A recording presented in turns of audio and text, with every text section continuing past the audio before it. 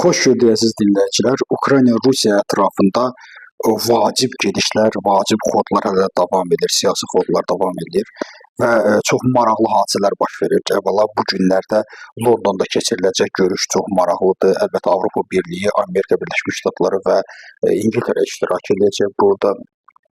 Bununla bərabər Rusiya tərəfindən gələn atılan addım çox maraqlıdır. Bilirsiniz ki, Putin həmişə müəyyən gedişlər eləyir və bu gedişlər bu gün həm Amerikada Trumpın simasını qorumaq üçün, həm də Rusiya prezidenti Putinin simasını qorumaq üçün çox vacibdir. Artıq bu iki dövlət bir-birindən müəyyən mənada asılı vəziyyətdə keçir. Niyə görə?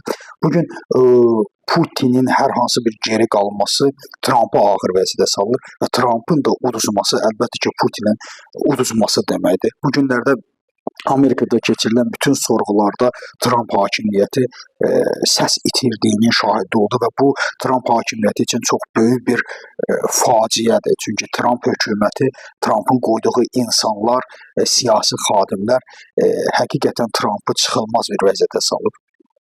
Ona görə də bugün bu görüş ərəfəsində biz Putinin yeni bir siyasi xodunun şahidi olduq. Nədir? Dedi ki, biz Ukrayna ilə birbaşa görüşə hazırıq.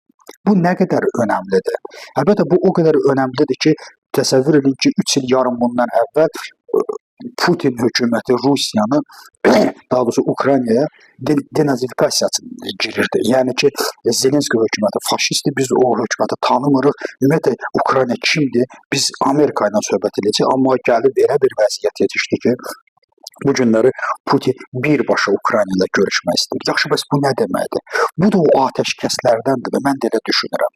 Çünki müəyyən mənada Trumpı pis çıxartmamaq üçün, Trumpı uduzmuş vəziyyətdə çıxartmamaq üçün, Trumpı gülünc vəziyyətdə görsənməmək üçün güya Trumpın gedişlərinə o eşidir, Trumpın gedişlərini ciddi hesab edir və onu həyata keçirdir.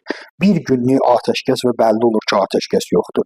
Bir günlük görüş, amma bəlli olur ki, görüş yoxdur və Putin öz bildiyini, öz istədiyini yerinə yetirir. Və bu günlərdə Ukraynada birbaşa biz danışıqlara hazırıq. Nə demək istəyir London səfəri öncəsi? Bilirsiniz, bu günləri Trump nə qədər Putinə lazımdırsa, müəyyən mənada Putin də Trumpa bu qədər lazımdır. Çünki hakimiyyətə gəldiyi 100 gün ərzində artıq bunlar elə bir siyasət yürüdürlər ki, bir-birindən asılı vəziyyətdə qalıblar.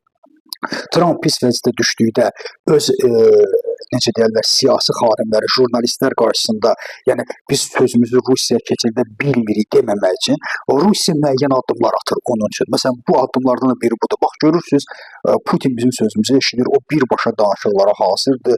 İndi artıq topu sanki Ukraynaya atmış sayılırlar, amma bu heç də belə deyil. Bu sadəcə olaraq Putinin özünün də vəziyyəti ağırdır.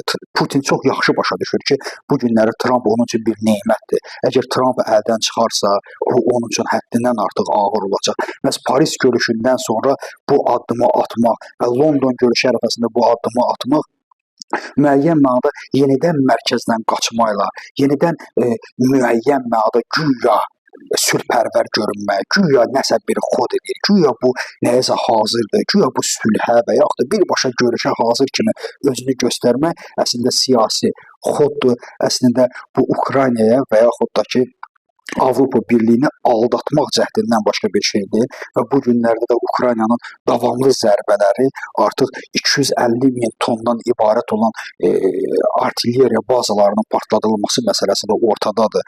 Rusiya bunu çox yaxşı görür və Rusiya görür ki, o dağıla gedir və müəyyən bir işlər görmək lazımdır və bu müəyyən işlər yalnız Trumpın dövründə ola bilər və Trumpın da simasını itirməsini əlbəttə ki, istəmir, çünki bu onun üçün birbaşa faciə olardı. Təşəkkür edirəm.